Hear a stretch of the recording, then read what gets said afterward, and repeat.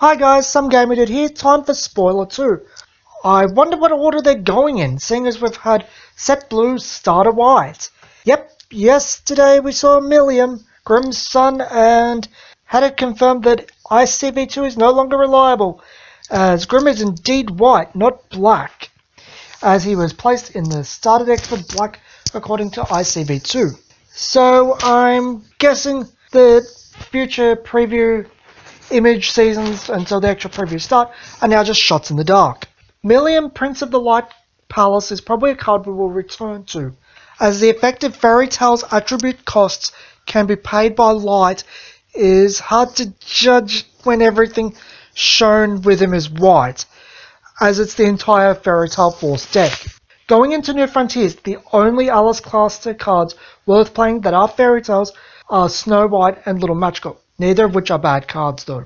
Blue-white stones could also see some use if people are so inclined to use Flower Kingdom. +2/+2 to fairy tales. Regardless, Millium will probably look more useful as we get to see the rest of the Curse of the Frozen Casket set and likely the entirety of the Lapis cluster. For White 1, Millium flips into Millium, Voice of a New Generation. He retains his effect wherein fairy tales can be paid for with white. He has the On Judgment will ramp skill of Valentina, Faria and Melgis, which is pretty good, but his main aspect is the new Force ability. When he attacks or blocks, he rolls a die and gains +X+X, X being the result of the die at 100. Best is, he keeps it, and if he can stay safe, he's averaging around +3.5 a turn. So let's say 3. Provided he can do it on both turns, wherever it is applicable, he's 15-15 by the end of his second action. 4 turns and he's 21-21. Give him a polo and he's pretty much a game ender right there. Really hard to say much more about Millium without the full picture of the set, as there aren't enough non-white fairy tales to talk about, or any. But I do suspect Black Moonbeam will bring him back down to earth if he gets too crazy. Black Moonbeam will be the great equalizer to keep all his powerful rulers fearful of something, and keep them from getting too uncontrollable. Kid Puss in Boots is simple enough. On enter, force 1, base 1/1, averages out to about 4/4. Nothing amazing. I could see it being replaced if something better came, but fairy tales may want to go wide and cheaper resonators help that. Grimm King of Fairy Tales is a 3-drop 8/8 with a temporary global force 1 for white.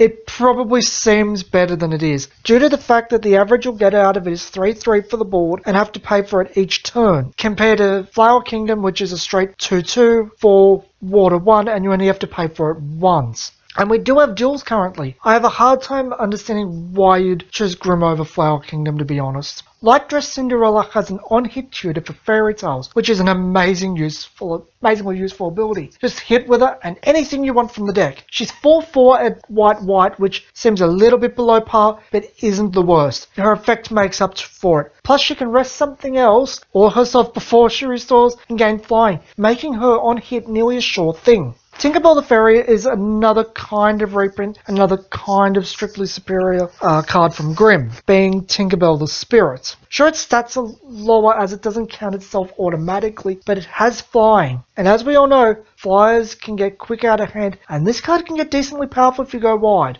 However, I do want to point out, if you're going for the going wide and a flyer, why not fairies in general and just use Titiana? Oh, you could even use machines and go with Gwyber to go wide, as their base is strong without having to get numerous buffs. Gourmand Gretel isn't a bad card at all, actually. 3-drop, 7/7 out of the range of any attack def reduction so far, and prevents the first damage done to her per turn. Meaning she can just block anything big they have and not suffer any repercussions beyond being tapped and an attack target afterwards. So I'll buff out that problem. Then she's a huge target, so you don't take life points damage. She's good. I like her. Confectioner Hansel doesn't work with Gretel this time around, but it does have a recruit for a chance on enter, Magic Sweets. At white 1, 5/5, it's decent stat-wise, but pretty good for a selective +1. depending on the usability of Magic Suites. He also has a tap for 200 life points skill, which I could imagine being useful in Chosen Gold Faria,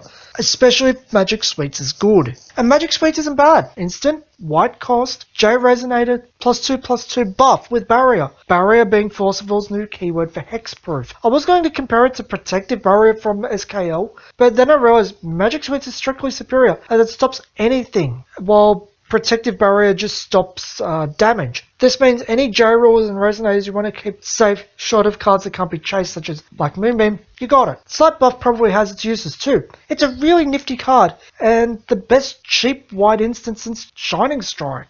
Could easily see play and makes Hansel much better.